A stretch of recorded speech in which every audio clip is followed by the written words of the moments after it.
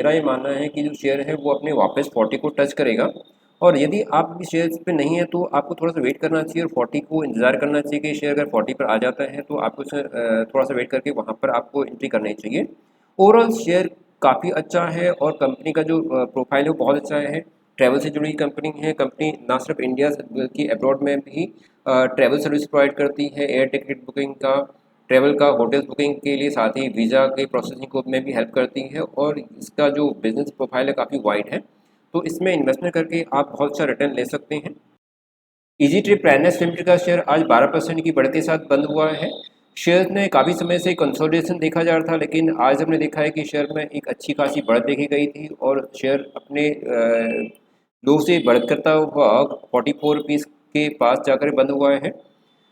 Company का portfolio हम देखें तो काफ़ी स्ट्रॉन्ग है। कंपनी बिजनेस टू बिजनेस और बिजनेस टू कंज्यूमर के लिए अपना सर्विस प्रोवाइड करती है। Specially company travel related products में काम करती है, जिसके अंदर ticket booking, hotels, holiday packages, rail tickets, बस टिकट और टैक्सीज की बुकिंग के लिए काम करती है। साथ ही कंपनी जो वीज़ा प्रोसेसिंग और ट्रैवल इंश्योरेंस का भी काम करती है। तो आज के इस वीडियो में हम जानेंगे कि क्या इस शेयर में इन्वेस्टमेंट करना फ़ायदे का सौदा है, या यदि आप इसमें ऑलरेडी हैं तो आपको किस लेवल तक इसमें वेट करना चाहिए, और यदि आप इस शेयर्स में अभी नहीं हैं तो क्या आपको इस शेयर को बाई करना चाहिए या नहीं। तो इस वीडियो में प्लीज़ बने रहिए मेरे पास शुरू से लेकर अंत तक, जहाँ हम आज एनालाइज करेंगे ईस्ट ट्रिप प्लानर्स लिमिटेड को।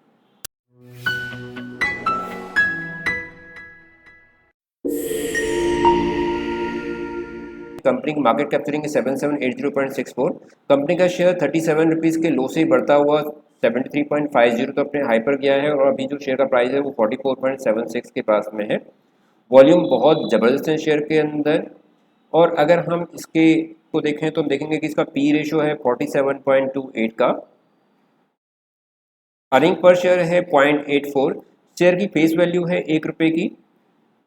और अगर हम यहाँ बोनस को ध्यान देखें तो कंपनी ने पिछले साल 2022 में 2 बार बोनस दिया था अपने शेयरहोल्डर्स को। एक बार दिया था 1:1 का, और दूसरी बार दिया 3:1 का बोनस। तो इस तरह से कंपनी ने हर 5 शेयर के ऊपर 3 शेयर का बोनस दिया है। तो इजी ट्रिप प्लानर्स लिमिटेड को अगर हम थोड़ा सा इसके बैक में जाते हैं, पीछे देखेंगे, तो हमने देखा कि यहाँ पर 2021 में ये हमारे पास है 19 अप्रैल 2021 को, जहाँ शेयर का प्राइस था 10 रुपीज़ 15 पैसे का। ये कंपनी के शेयर का लोवेस्ट प्राइस था, 10 रुपीज़ 5 पैसे का लोवेस्ट प्राइस था। यहाँ से शेयर ने काफ़ी अच्छा रिटर्न दिया है, और शेयर यहाँ से भागता हुआ काफ़ी ऊपर गया था, और शेयर ने अपने हाई पर पहुँचा था 73.50 का।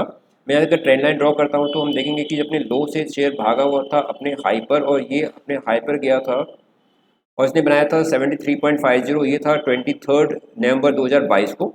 उसके बाद शेयर में एक गिरावट हमने देखी थी, यानी शेयर लगातार फिर गिरता हुआ अपने हर नए नए लो को बनाता जा रहा था। तो यहाँ से हम देखेंगे कि शेयर ने अपने हाई से फिर एक नीचे का डिप लिया था और नीचे गया था ये, और ये क्या था 26 दिसंबर 2022 को, जहाँ पर शेयर का प्राइस था 44.85। उसके बाद शेयर ने हल्की सी यहाँ से अप ट्रेंड दिया था, लेकिन हर अप ट्रेंड के बाद हम देख रहे हैं कि हर अप के बाद एक नया लो बनाया था शेयर ने। तो देखें तो शेयर अपने लो से ऊपर की ओर जाता है, फिर एक नया लो बनाता है, फिर ऊपर जाता है, फिर नया लो बनाता है। तो काफ़ी समय से शेयर के अंदर यही ट्रेंड चलता हुआ आ रहा था। और पीछे की हम देखें तो अगर मैं यहाँ पे एक रेक्टेंगल ड्रॉ करता हूँ तो हम देखेंगे कि यहाँ पर जो शेयर है वो एक सर्टेन जोन पर ट्रेड करता हुआ दिखाई देता है। यानी कि मैं यहाँ पर एक आपको एक रेक्टेंगल ड्रॉ करते दिखाता हूँ। तो ये रेक्टेंगल है जहाँ पर शेयर ने मई 2023 से लेकर के अगस्त 2023 तक शेयर मैक्सिमम 48 और मिनिमम 39 के बीच में, नहीं लगभग 10 रुपये की रेंज में ही ट्रेड करता हुआ दिखाई देता है। उसके बाद शेयर ने एक नया लो बनाया था अपना, ये था 37.05, ये था 22 अगस्त 23 को। और फिर वापस जो शेयर था अपने पिछले जो उसका पिछला लो था जो जिसमें वो ट्रेड करता हुआ दिखाया था, उससे भी नीचे आ गया था। ये एक नया रेक्टेंगल मैं आपको यहाँ ड्रॉ कर दिखाता हूँ। लेकिन आज जो शेयर है इसने एक अच्छा मूव दिखाया था। साथ ही आरएसआई को देखें तो आरएसआई भी यहाँ पर अप ट्रेंड है। तो यहाँ क्लियरली इंडिकेशन होता है कि जो अब यहाँ पर बायर्स हैं वो शेयर के ऊपर हावी हो गए हैं कंपेयर टू द सेलर्स। तो यहाँ मैं आपको ड्रॉ करके दिखाता हूँ इसका ट्रेंड लाइन आरएसआई के ऊपर। तो ट्रेंड लाइन हमें क्लियरली इंडिकेट करता है कि जो शेयर है अपने हाई से लो पर जाता है। और यहाँ पर जो ट्रेंड लाइन दिखाई देती है ये आरएसआई अपना बिल्कुल 20 के भी नीचे चला गया है। उसके बाद हम ऊपर भी अगर यहाँ देखें तो यहाँ पर शेयर ने अपना नया लो बनाया था और साथ ही RSI भी यहाँ पे नए लो पर ही दिखाई देता है। उसके बाद अगेन मैं ट्रेंड लाइन को ड्रॉ करता हूँ तो यहाँ से ट्रेंड लाइन ऊपर की ओर जाती है, RSI भी ऊपर जा रहा है और साथ ही हमारा जो ऊपर का शेयर है ये भी हमारे को ऊपर की ओर इंडिकेट करता हुआ दिखाई देता है। यहाँ पर अगेन RSI हमारे पास ड्रॉ होता है नीचे, यहाँ पर RSI हमारे पास है 55.56 यानी लगभग 55 का। उसके बाद वापस नीचे की ओर वापस से जो इसके ऊपर यहाँ पर सेलर्स यहाँ पर हावी हो गए थे तो ऊपर हमें दिखाई दे रहा है कि जो ये जोन हमारे पास है 39 रुपीज़ का, जो कि हमारे पास 17 अगस्त के आसपास है, यहाँ पर शेयर वापस नीचे आता है। लेकिन अगेन अब हमें दिखाई दे रहा है कि यहाँ से क्लियर अप ट्रेंड आता हुआ दिखाई दे रहा है और शेयर वापस भागा है ऊपर को। लेकिन यहाँ पर एक इंपॉर्टेंट फैक्टर ये है कि यहाँ पर जो RSI है वो 70 को क्रॉस कर चुका है, तो इसके अंदर हल्का सा एक गिरावट हमें अगली जो ट्रेडिंग सेशन है उसमें देखी जा सकती है। तो यहाँ पर आपको कौन सा रहना चाहिए, और मेरा ये मानना है कि यहाँ से शेयर में एक हल्की गिरावट आ सकती है और शेयर यहाँ से गिरता हुआ वापस अपने पिछले लो की को टच कर सकता है। अगर मैं यहाँ पर